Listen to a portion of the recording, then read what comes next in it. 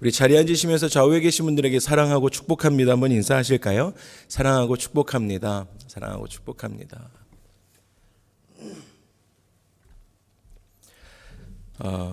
세상에 혼자 할 수 없는 두 가지가 있습니다. 하나는 결혼입니다.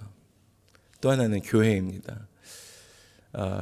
우리 모두가 교회입니다. 우리를 교회로 부르셨습니다.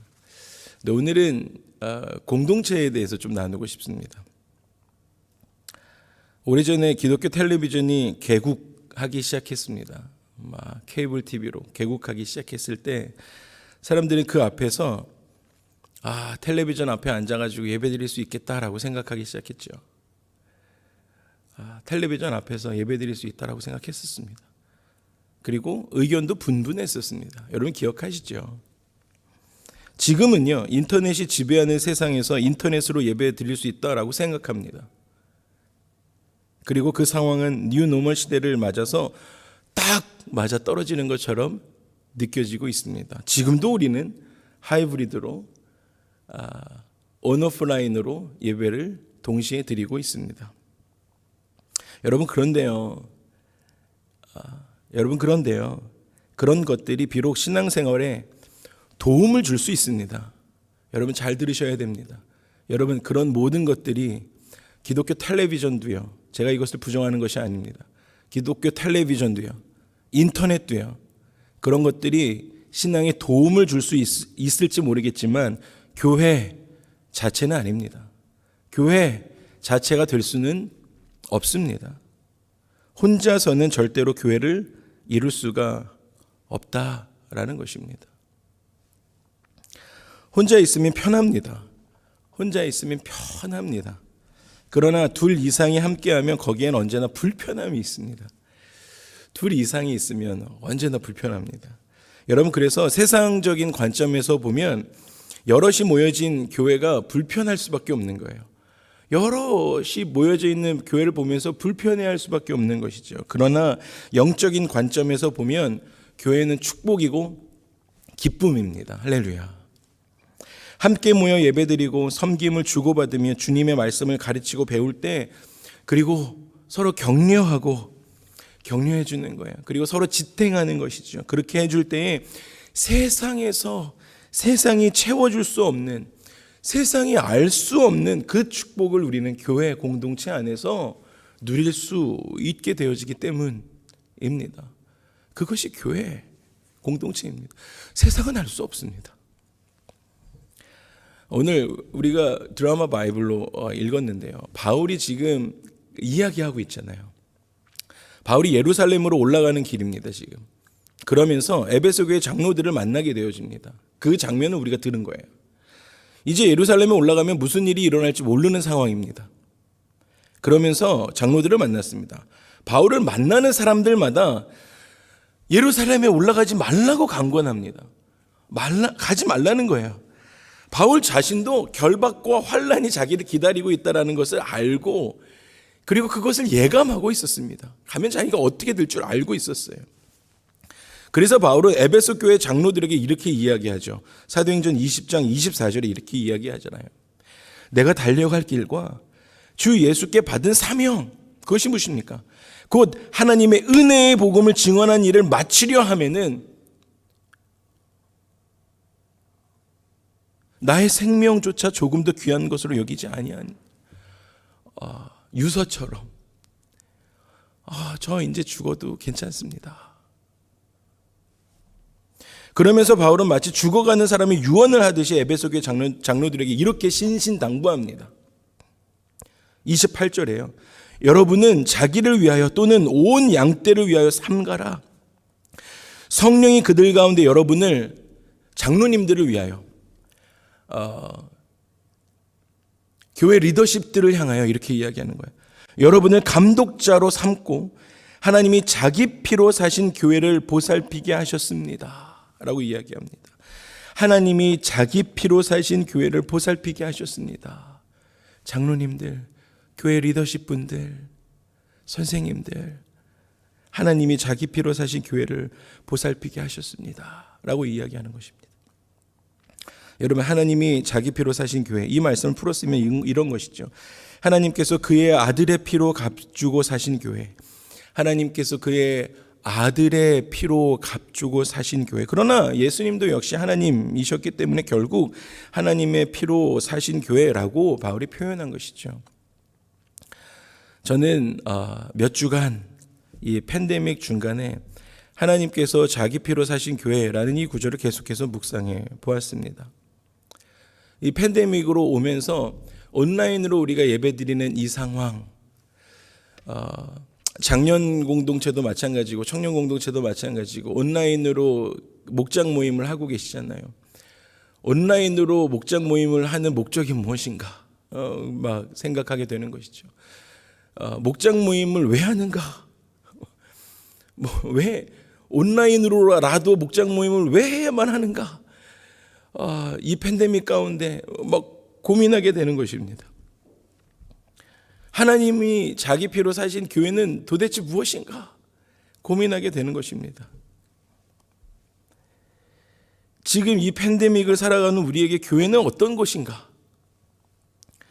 말씀에서는 어떻게 말씀하고 계신가? 성경에서는 어떻게 교회 공동체를 말씀하고 계시는가? 그래서 우리가 누리는 축복은 무엇인가? 라는 것이죠. 행정적인 이런 부분들이 열리기 시작하면 우리는 어떻게 해야 할 것인가? 라는 것입니다. 그래서 우리가 오늘 말씀을 좀 살펴보면서 그 교회에 대해서 성경에서 어떻게 말씀하고 계시는지 그 마음들을 좀 나누고 싶습니다. 첫째로, 교회는 하나님께 예배드리는 곳입니다. 할렐루야. 교회는 하나님께 예배드리는 곳입니다. 여러분, 하나님께 예배드린다라는 표현에는 목적이 정확하게 나와 있죠. 목적이 굉장히 정확합니다. 그 목적은 하나님께입니다. 하나님께 예배드리는 것입니다. 요한복음 10장에는 내 양은 내 음성을 듣는다라고 말씀하고 계십니다. 우리는 하나님의 음성을 들어야 됩니다. 예배는 하나님의 음성을 듣는 행위입니다.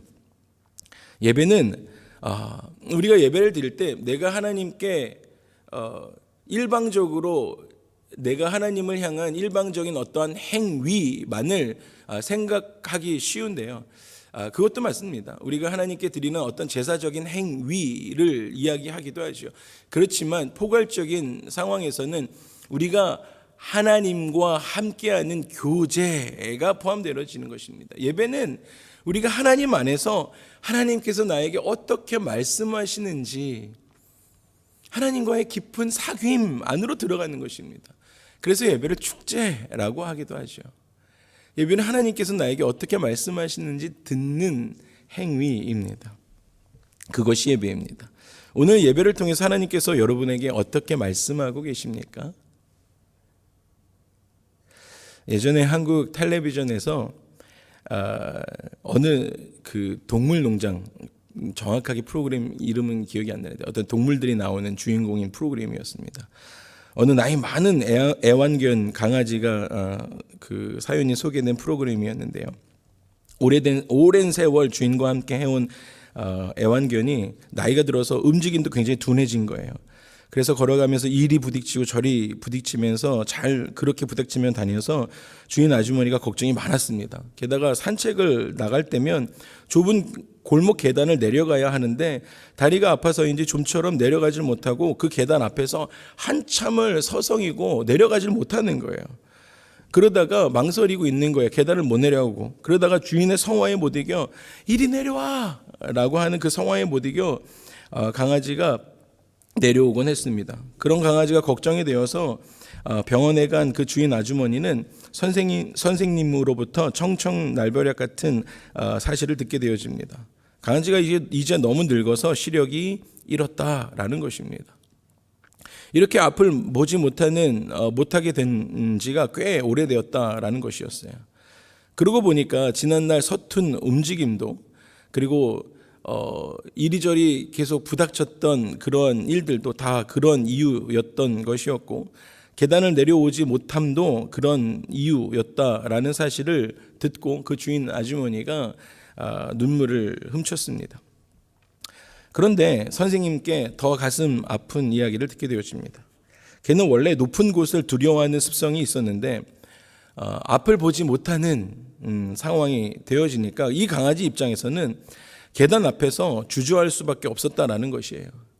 자신이 내디딜 곳을 보지 못하니까 이 아래가 낭떠러질 수도 있다라는 공포가 더 컸기 때문이죠. 이 강아지 입장에서는.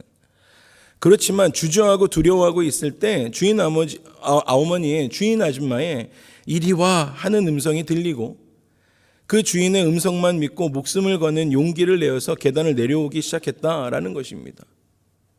아무도 보지 못하고 아무것도 보이지 않고 두려움에 사로잡혀 있지만 주인의 음성만을 믿고 그 발을 내딛기 시작했다라는 그 의사의 이야기를 듣고 이 주인 아줌마 계속 울었다라는 거예요.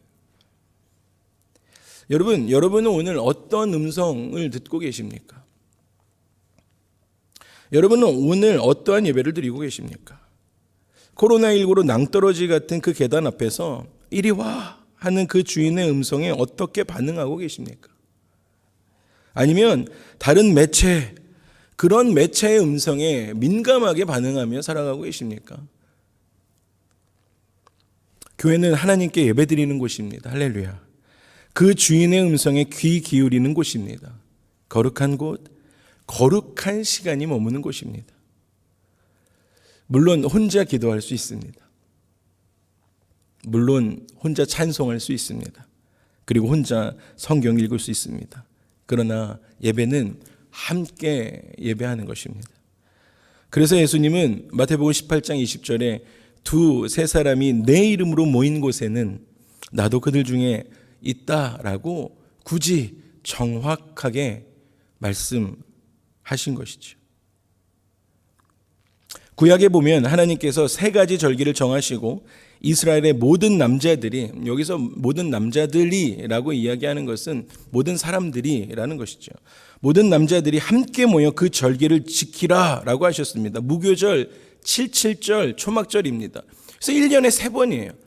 그러니까 잊을만 하면 모여가지고 예배하는 것입니다. 이렇게 3번을 모여서 예배했던 것입니다. 예배에서 우리는 하나님의 임재를 경험하게 되어집니다. 예배 중에 하나님께서 우리를 채워주시는 것입니다. 여러분, 그래서 교회는 가득 채워진 사람들이 모인 곳이 아닙니다. 물론 바리새인들은 그렇게 했습니다. 그러나 하나님은 바리새인들의 기도를 들으시지 아니하시고 죄인들의 기도를 들으셨습니다. 여러분 잘 들으셔야 돼요. 교회는요, 가득 채워진 사람들이 모인 곳이 아니고 텅 빈 사람들이 모인 곳입니다. 교회는 가득 채워진 사람들이, 여기에 800명이 모여져 꽉 차 있는 그 사람들이 모인 곳이 교회라는 그 상징적인 그 교회를 이야기하는 것이 아닙니다. 그것이 아니고 텅 빈 사람들이 모인 곳이 교회라는 것입니다. 그래서요, 도저히 하나님 아니고는, 하나님 아니면은 채워질 수 없는 존재적 목마름과 배고픔을 느낀 사람들이 모인 곳, 그것이 교회라는 것입니다. 할렐루야. 하나님이 아니고는 아닌됩니다 라는 존재적인 목마름을 가진 사람들이 모인 곳이 교회라는 것입니다. 필립 얀시는요, 남부 지역에 있는 아주 보수적인 교회에서 자랐습니다. 그 교회는 얼마나 보수적이었는지 인종차별을 가리켰습니다. 그리고 사소한 일들, 아주 사소한 일들이요, 롤러스케이트를 타거나 볼링장을 가거나 영화관을 가서 영화를 보는 것도 금지하는 교회였습니다. 아주 율법적인 교회였습니다. 청년이 되면서 필립 얀시는 그 숨막힐 것 같은 교회를 떠나게 됩니다. 단순히 교회만 떠난 것이 아니고요, 예수 그리스도도 떠났습니다. 그의 말을 빌리면 이렇게 이야기합니다. 남부의 근본주의 영토에서 나올 때 불행히도 나는 위선의 껍질뿐 아니라 신앙이라는 몸통까지 내던졌다라고 이야기했습니다. 한동안 신앙생활을 포기했던 그가 결국에는 다시 교회로 돌아오게 되어집니다. 그러면서 필립 얀시가 다시 교회로 돌아왔을 때 기자가 이렇게 물어봅니다. 어떻게 돌아오게 되었습니까? 라고 물어봤을 때 필립 얀시가 이렇게 이야기합니다. 교회는 내가 간절히 원하는 뭔가를 가지고 있다. 잠시 교회를 떠나 있을 때면 고통받는 쪽은 언제나 나였다. 나는 이 점을 마음으로 인정한다. 한동안 교회를, 지금 교회 공동체에 대해서 이 필립 얀시가 이야기하는 겁니다. 자막이 나오니까 한번 보시죠. 교회를 떠나 홀로 편력하던 시절에 나는 언제나 안으로만 퇴행했다. 안으로만 퇴행하는 거예요. 공동체라는 더 바깥으로 나아가지 못했다. 과거에는 극장에서 영화를 보는 나는 예배를 구경만 하는 거예요. 이제는 회중들과 함께 내 자신이 하나님께 예배를 드린다. 우리는 오늘 내가 예배에서 무엇을 얻었는가를 질문하며 교회 문을 나서서는 안 된다. 그보다는 나의 예배로 오늘 하나님께서 기뻐하셨는가를 물어보아야 한다. 이제 나는 예배 임하면 위를 본다. 강대상 넘어 하나님을 향해 나의 시선을 고정시킨다. 교회는 무엇보다도 하나님을 예배하기 위해 존재한다. 교회는 무엇보다도 하나님을 위해, 하나님을 예배하기 위해 존재한다 라는 것입니다. 여러분, 이것이 교회입니다. 할렐루야. 이것이 공동체의 힘이라는 것입니다.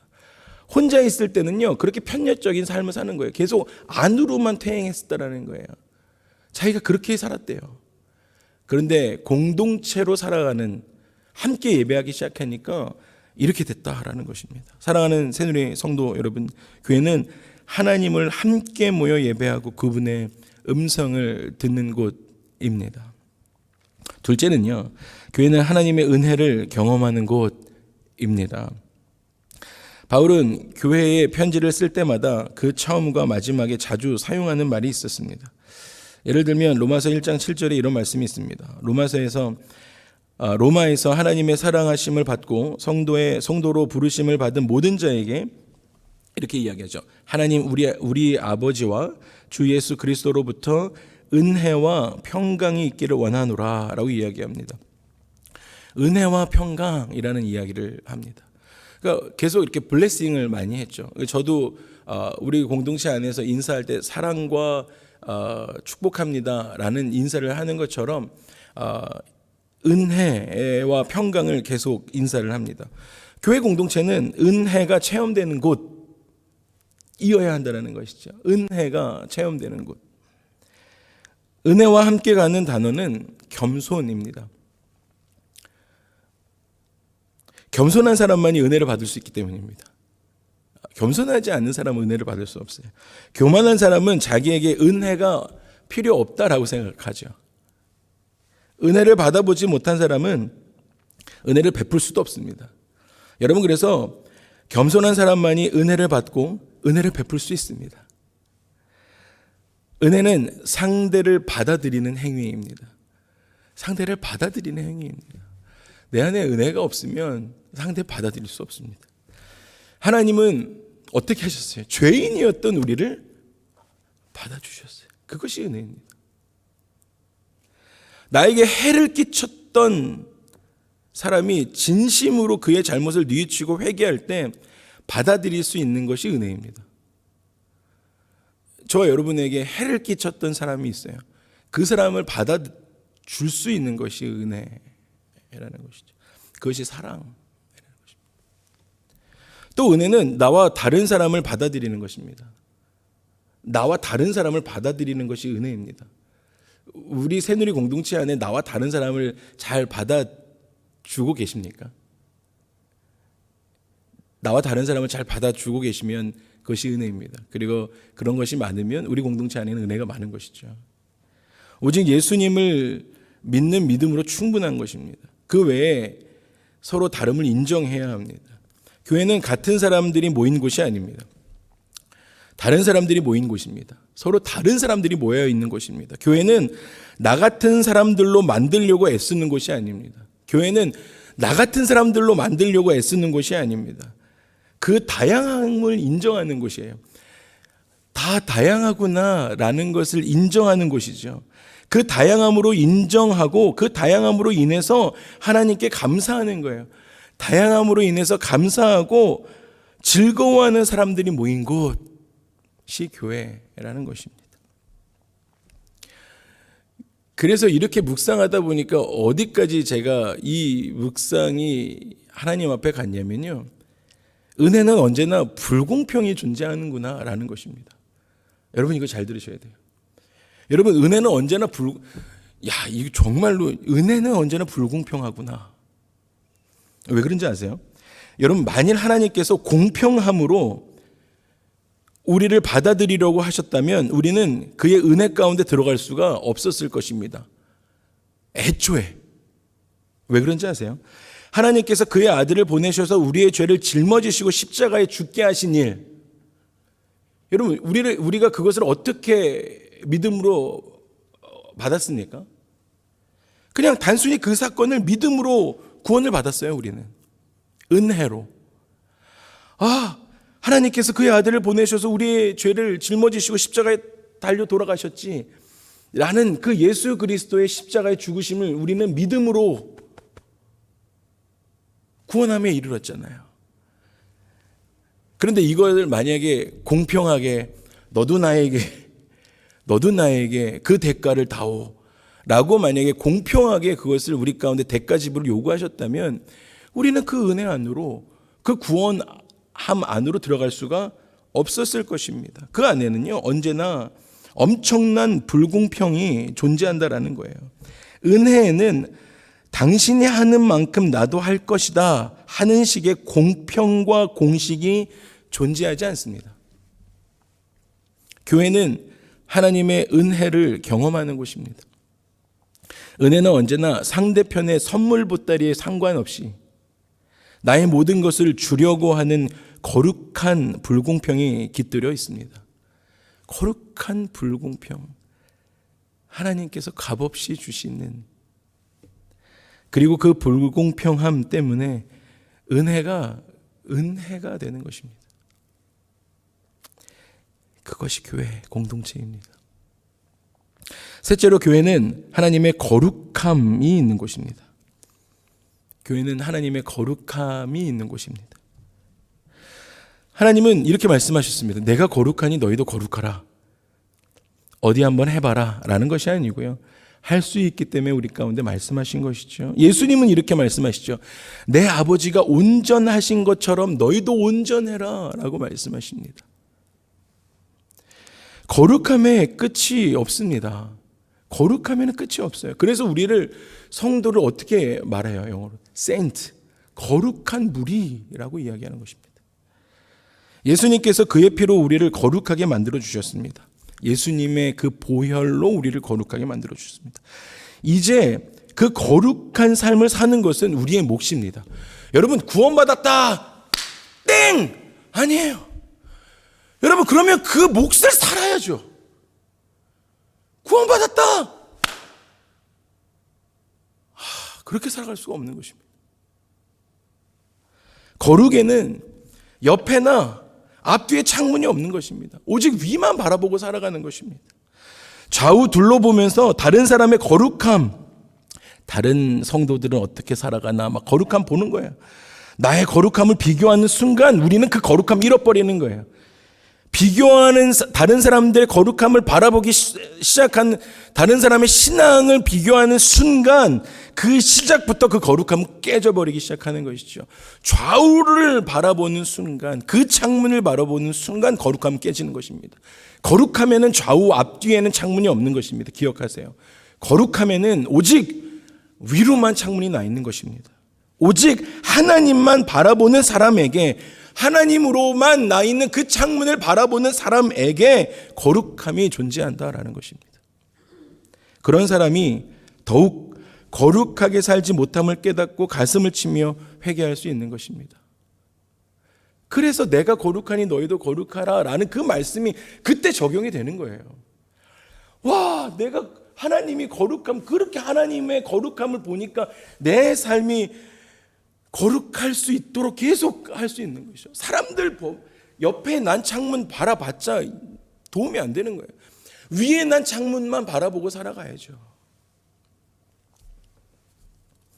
여러분, 거룩함은 하나님과의 동행입니다. 그래서 또한 거룩함은 하나님 앞에서 벌거벗는 거예요. 네키드한 것이죠. 거룩함이 있는 곳에는 거짓이나 속임이 존재할 수가 없습니다. 하나님이 다 보고 계시니까요. 거룩함이란 결국에는 모든 것이 다 드러난다 라는 진리를 깨달은 사람들의 삶의 방식입니다. 결국에는. 그래서 거룩한 사람들이 사는 곳에는 하나님의 평강이 깃들게 되어지죠. 이 평강이 우리 공동체와 여러분의 삶에 가득하기를 예수님으로 축원합니다. 지금 이 시기에 그 평강이 이 팬데믹 가운데 우리 가운데 있어야 될 줄로 믿습니다. 마지막 넷째로 교회는 서로 섬기는 곳입니다. 바울은 갈라디아 교회 성도들에게 이렇게 이야기합니다. 너희가 서로 짐을 서로 지라. 그리하여 그리스도의 법을 성취하라 라고 부탁했습니다. 함께 모이는 곳에는 어쩔 수 없이 서로의 짐을 짊어져야 할 일들이 있기 마련입니다. 여러분, 강한 사람은 연약한 사람의 짐을 짊어져 주어야 합니다. 더 많이 알고 더 많이 배운 사람은요, 배우기 시작한 사람들 도와주어야죠. 많은 실현과 연단을 통해서 그리스도의 성품을 소유한 사람은요, 아직 세상적인 말과 이제 그리스도인으로 들어온 사람들을 도와주어야 합니다.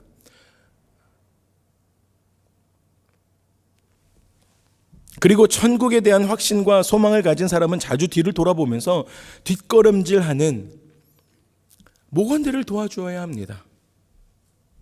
그것이 교회입니다. 세상은 그렇지 않습니다. 뒷걸음질하고 있는 사람들 더 발로 찹니다.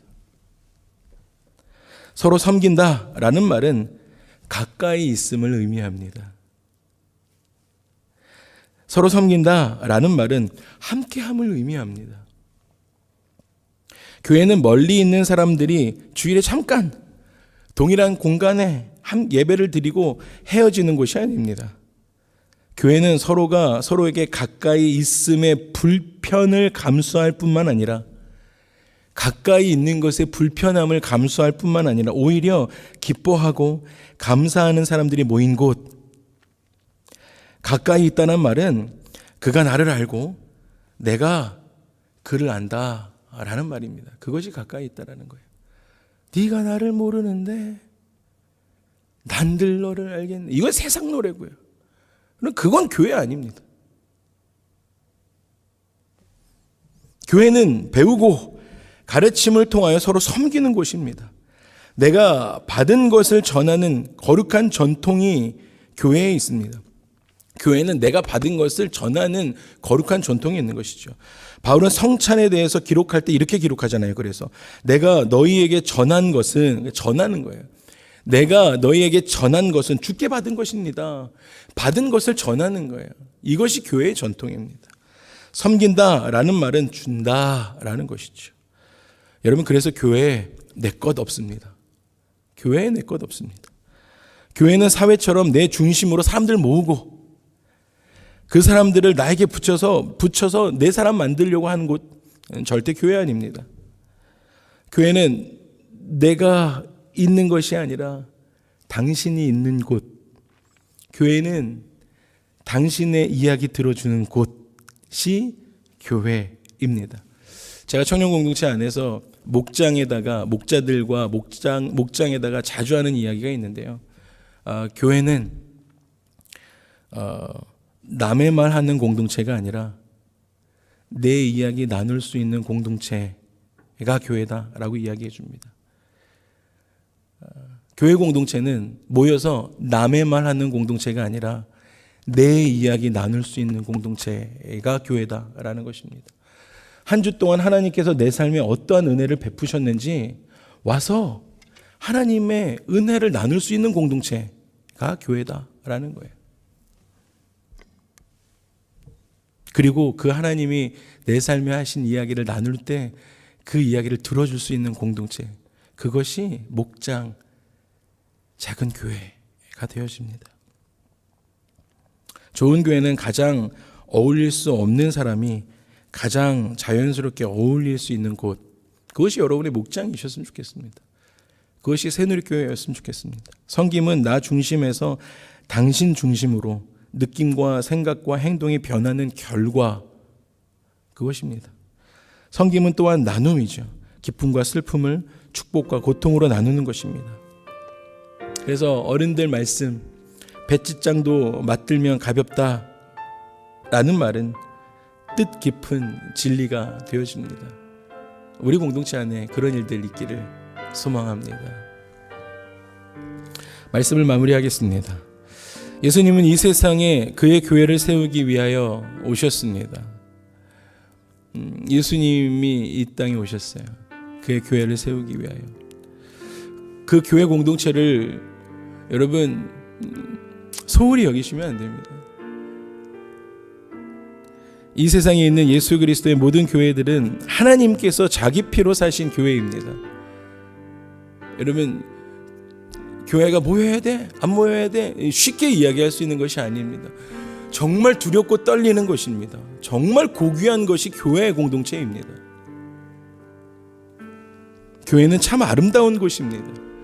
교회는 성경에 더 많습니다. 제가 지금 30분 좀 넘게 말씀을 나누었지만 성경에 정말 더 많이 교회에 대해서 아름다움을 선포하고 있어요. 참 신비로운 곳입니다. 교회가 폭풍우 속에 피난처 같은 곳이, 여러분 사막의 오아시스 같은 곳이, 전염병 속에요 성루가 되는 곳이 교회입니다. 그 안에 생명의 능력이 있고요. 그런데 사탄은 항상 교회 흔들려고 하죠. 그러나 하나님의 성령이 그의 교회인 우리들을 지켜 주십니다. 왜냐하면요, 예수님께서 그의 피로 값주고 우리를 사셨기 때문입니다. 할렐루야. 기도하시겠습니다. 성령 하나님, 오늘 우리는 비록 떨어져 있지만 온오프라인으로 예배드리고 있지만 다시 열릴 때 함께 모여 하나님이 피로 값주고 사신 이 교회 공동체로 함께 모여 예배할 때 거룩함을 힘써 지키며 함께 하나님을 예배하며 높여드리는 그날을 꿈꿉니다. 하나님, 전염병 속에 성루가 되는 이 교회 거룩하게 지켜나가는 우리 모두가 되어질 수 있도록 주님 도와 주시옵소서. 감사드리고 예수님의 이름으로 기도합니다.